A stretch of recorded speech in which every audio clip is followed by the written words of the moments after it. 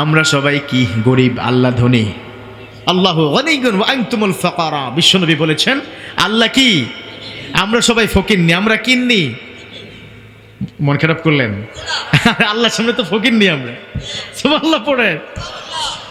আপনার বাদশাহ শাহজালাল, বাদশাহ আব্রাহাম, তার কাছে তার এলাকার একজন গরিব মানুষ, খুব দিন আনে দিন খায়, তার অবস্থা খুবই খারাপ। সে চিন্তা করলো একটু বাদশাহ আব্রাহামের কাছে যাই, গিয়ে তার কাছে কিছু চাই, দেখি পাওয়া যায় কিনা। বাদশাহ আব্রাহাম তিনি যখন তার রাজদরবারে ঢুকলেন, ডান দিকে মসজিদ। মসজিদে ঢোকার পর তাকিয়ে দেখলেন বাদশাহ আব্রাহাম পুরো মসজিদের মধ্যে একা, এবং হাতটা উঁচু করে চোখের পানি ফেলে ফেলে কান্না করতেছে। চোখের পানি ফেলে ফেলে কান্না করছে, আমিন বলে চোখের পানি মুছছে। পিছনের দিকে তাকিয়ে দেখলেন তার এলাকার, তার রাজ্যের একজন গরিব, অসহায়, দুঃখী তার কাছে আসছে। তার দিকে তাকানোর সাথে সাথে বলল যে হাসবুক, এনাফ, এনাফ ইজ এনাফ, লাগবে না, আপনি আমার চাইতে বড় ফকিরনি। সুবহানাল্লাহ বললেন না? আপনি আমার চাইতে বড়, কারণ আপনি তো দেখছি একজনের কাছে চান। আপনি যেহেতু চান, আপনার কাছে আমার চাওয়ার দরকার নাই। আপনি যার কাছে চান, ডাইরেক্ট লাইন, তার কাছে যদি আমি চাই, তিনি তো আমার জন্য যথেষ্ট হয়ে যায়। সুবহানাল্লাহ পড়েন। ওই মিয়া বাদশা, তুমি তো আমার চেয়ে বড় ফকিরনি, তুমিও তো এর কাছে চাও, আমিও তার কাছে চাই, অতএব আমি ডাইরেক্ট লাইনে চাবো, কারো ভায়া মিডিয়া দরকার নাই। সুবহানাল্লাহ পড়লেন না? আল্লাহ যদি পেয়ে যান, ফেরেশতার কোনো কি কাজ আছে নাকি? ডাইরেক্ট আল্লাহর সাথে লাইন। সুবহানাল্লাহ পড়েন। রাব্বুল আলামিনের সম্পর্কটা তৈরি করে দিয়েছেন। এর একটা মৌলিক কারণ হলো আল্লাহ চায় আপনাকে আমাকে দয়া করে পিছনের গুনাহগুলো যেন ক্ষমা করে দিতে পারে। সুবহানাল্লাহ পড়েন। সম্পর্ক তৈরি করলে যা চাইবেন তা পাইবেন না? এলাকার এমপির সাথে, এলাকার চেয়ারম্যানের সাথে যত বেশি ঘনিষ্ঠ, তত বেশি তার কাছে আপনি পেতে পারেন। সম্পর্ক থাকলে আপনি তার কাছে একটা ডিউ লেটার নিয়ে যদি যান, সে কিন্তু তাকে সিগনেচার করে দিবে, আপনাকে দিয়ে দিবে, ঠিক কিনা? এটাই তো নিয়ম নাকি? এই জন্য আল্লাহর সাথে সম্পর্ক করলে কি লাভ হবে, এটা শোনা দরকার আছে না নাই? কারা কারা শুনতে চান না হাত উঁচু করে দেখান। শুনতে চান নাকি? মাশাআল্লাহ, দুষ্ট ছেলেগুলোর কথা মনে পড়লো। দুষ্টগুলো এত দুষ্ট, এরা অন্যের ক্ষেতের শশা পাইলেও ছাড়ে না। আছে না নাই? আবার কয় আছে। হ্যাঁ, এক দুষ্ট যুবক একজন অন্য একজনের ক্ষেতে গিয়ে দেখে কচকচা শশা। এখন তো শশা চলছে না, সেই জন্য এলাকায় শশা ক্ষেত আছে নাকি? আছে, মাঝে মধ্যে আছে নাকি? তো শশা খেতে এক যুবক গিয়ে ঢুকলো। ঢুকার পর গিয়ে দেখে চমৎকার শশা শুয়ে আছে, আহা কি সবুজ, কি চমৎকার। তো গিয়ে বললো, আল্লাহ গো, তোমার কি অপরূপ সৃষ্টি শশা। কে বলতেছে? যুবক বলতেছে, আরেকজনের ক্ষেতের অপরূপ সৃষ্টি শশা। আল্লাহ কি অপরূপ সৃষ্টি তোমার শশা। আল্লাহ এই শশাটাও তো তোমার। আল্লাহ আমিও তো তোমার। আল্লাহ এই হাতটাও তো তোমার।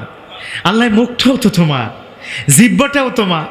আল্লাহ পেটটাও তোমার। বিসমিল্লাহ করে খাইলাম। আরেকবারে আরেক ক্ষেতের শশা। কথা বুঝছেন? এরকম আছে না নাই? এলাকায় নাই? আছে।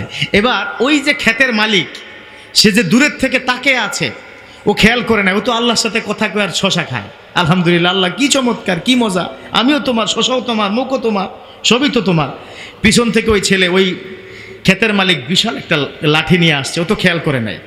লাঠি নিয়ে পিছন থেকে বলতেছে, আল্লাহ গো, এই লাঠিটাও তো তোমার, এই হাতটাও তো তোমার, ওই যে পোলা খাইতেছে ওর মাজাটাও তো তোমার, দে বিসমিল্লাহ বাড়ি। এরকম আছে না নাই? এলাকায় নাই?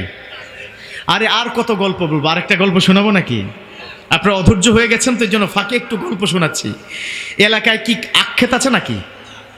হ্যাঁ, এক সময় কিন্তু ছিল, তাই না? অনেক ছিল চাঁদপুরে আক্ষেত। তো আক্ষেতের পাশে একটা ছোট্ট একটা ঘরের মতো, কুড়ে ঘরের মতো থাকে, সেখানে একজন মুরব্বি পাহারা দেয়। ওটার নাম কি? হ্যাঁ, টং। হ্যাঁ, টং টং। আর কি বলে? টং, মাচা। আচ্ছা, তো মাচা এবং টং বলে। তো কিছু দুষ্ট ছেলে, ওই যে দুষ্টগুলা, এর মধ্যে 4-5টা দুষ্ট মিলে সিদ্ধান্ত নিল আজকে আখ চুরি করবে। কি রাতের বেলা কি চুরি করবে? আখ চুরি করবে। তো 3 বন্ধু মিলে যে আখ খেতে ঢুকলো, রাত বাজে তখন 12টা। ভাবছে যে চাচা মিয়া তো শুয়ে আছে মাচার মধ্যে। তো চাচা মিয়া যে শুয়ে নাই সে তো বুঝে নাই। 3 জন যেই না আখ খেতে ঢুকলো, মাচার উপর থেকে চাচা বলে উঠলো, কে রে?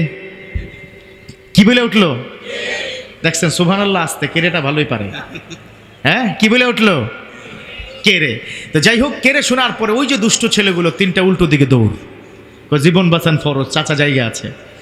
এখন রাত তখন বাজে 2টা, কয় গভীর রাত, এখন তো চাচা ঘুমাচ্ছে।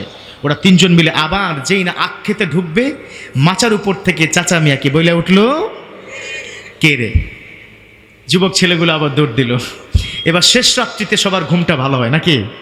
রাত যত গভীর হয় শেষ রাত্রিতে কম্বল মুড়ু দিয়ে আমরা ঘুমাই, কথা বলুন ঠিক কিনা? নামাজের খবর নাই, এদিকে হাইয়া আলা সলা, তখন ওই কইতেছে দূর হালা, আছে না নাই? এরকম চরমভাবে ঘুমায়। তো যাই হোক, শেষ রাত্রিতে ভেবেছে যে চাচা মিয়া তো এখন ঘুম দিয়েছে, এখন যাই। 3 বন্ধু মিলে যেই না আখ খেতে ঢুকলো, ঢুকার সাথে সাথেই মাচার উপর থেকে চাচা মিয়া বলে উঠলো। এখন 3 বন্ধুর মধ্যে কিছু দুষ্ট বন্ধু কিন্তু থাকে, একটু মেধাবী, ট্যালেন্টেড। তো দুষ্ট ছেলেটা চিন্তা করলো, হোয়াটস প্রবলেম? 12টার দিকে আসি তখনও কয় কে রে, 2টার দিকে আসি তখনও বলে কে রে, শেষ রাত্রিতে আসছি এখনও কয় কে রে, ঘটনা তো খারাপ, something problem, I have to check out right now. Check করতে হবে, উপরে কোনো একটা সমস্যা আছে। তো দুষ্ট ছেলেটা মই বেয়ে উপরে উঠে গেল। উপরে উঠে জানালাটা ধাক্কা দিল, ধাক্কা দিয়ে জানালাটা খুলে গেল। দেখলো আহারে চাচা মিয়া ওই বেটা তো আসলে ঘুমায় নাই, ওই বেটা তো আসলে জায়গা নাই, সে খাটের মধ্যে শুয়ে শুয়ে গত 4-5 মাস ধরে প্র্যাকটিস করছে। চাচা এত কষ্ট করে সারা রাত পাহারা দিব কি দরকার? তখন রাত্রিবেলা এক নাক দিয়ে শ্বাস নিত, আরেক মুখ দিয়ে বলতো কে রে। কেন কে রে বললে তো ছেলেগুলোকে দৌড় দিবে, বহু কষ্ট করে প্র্যাকটিস করছে। তো সে তো এইরকম কেড়ে কেড়ে করতেছে। দুষ্ট ছেলে কুইসে খাইতো তো খুবই চাচা তো খুবই চালাক। তোর মাজায় ছিল একটা গামছা, গামছাটা মোটামুটি পেঁচিয়ে একদম চাচা মিয়ার মুখের মধ্যে ঢুকিয়ে দিস। এখন ওই বেটা তো এখন কেড়ে কেড়ে কইতে পারে না, কেড়ে কেড়ে কওয়া সম্ভব? মুখ থেকে আর কেড়ে কেড়ে বের হয় না। আহা চাচা বড্ড অসহায় হয়ে গেছে। এবার চাচা কয় হুম, কেড়ে কেড়ে বের হয়, কেড়ে কেড়ে তো চাপা পড়ে গেছে নাকি? এই ফাঁকে 3 বন্ধু আখ খেতে ঢুকলো, ঢুকে অনেকগুলো আখ চুরি করলো। কিন্তু আখ চুরি করলে তো হবে না, বাঁধতে হবে না? এখন ওই দুষ্ট ছেলের মাথায় বুদ্ধি আসলো, এই যে মাজায় গামছা যেটা চাচার মুখে ঢুকিয়ে আসছে, ওই গামছা দিয়ে তো আখ কি বাঁধা যাবে? সে দৌড়ে গিয়ে মাচার উপরে উঠলো। উঠে যেই না চাচা মিয়ার মুখ থেকে দিল টান। চাচা মিয়া কি এতক্ষণ কেড়ে কেড়ে কি বলতে পারছে? ভিতরে কি সব কি জমা পড়ছে না? সব কি জমে আছে? তো প্রায় 2 ঘন্টা ধরে কেড়ে কেড়ে এটা জমা পড়ে মোটামুটি 2000 হয়ে গেছে জমা ভিতরে। এখন যেই ঢাকনা খুলছে, মানে গামছা দিছে টান, টানের সাথে এবার চাচা মিয়া 2000 কেড়ে কেড়ে একসাথে বের হয়ে গিয়া এবার চাচা কেড়ে কেড়ে কেড়ে কেড়ে কেড়ে কেড়ে কেড়ে কেড়ে। কথা কি বুঝছেন? এজন্য সময় মতো কেড়ে কেড়ে যদি না বের হয় একসাথে বের হয়ে যাবে, ঠিক কিনা? এরকম দুষ্ট আছে না নাই?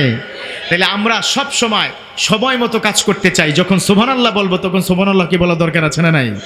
আসুন না গগন বিদারী একটা চিৎকার করে আরশের মালিক আল্লাহকে খুশি করে একবার বলে দেন সুবহানাল্লাহ। আল্লাহ খুশি হয়ে গেছে, আলহামদুলিল্লাহ পড়েন। আমি বলেছিলাম আল্লাহর সাথে বান্দার সম্পর্ক সূরাতুল ফাতিহা কেন করেছে? কারণ আল্লাহ চায় তার বান্দাকে ক্ষমা করে দিতে। সুবহানাল্লাহ পড়েন।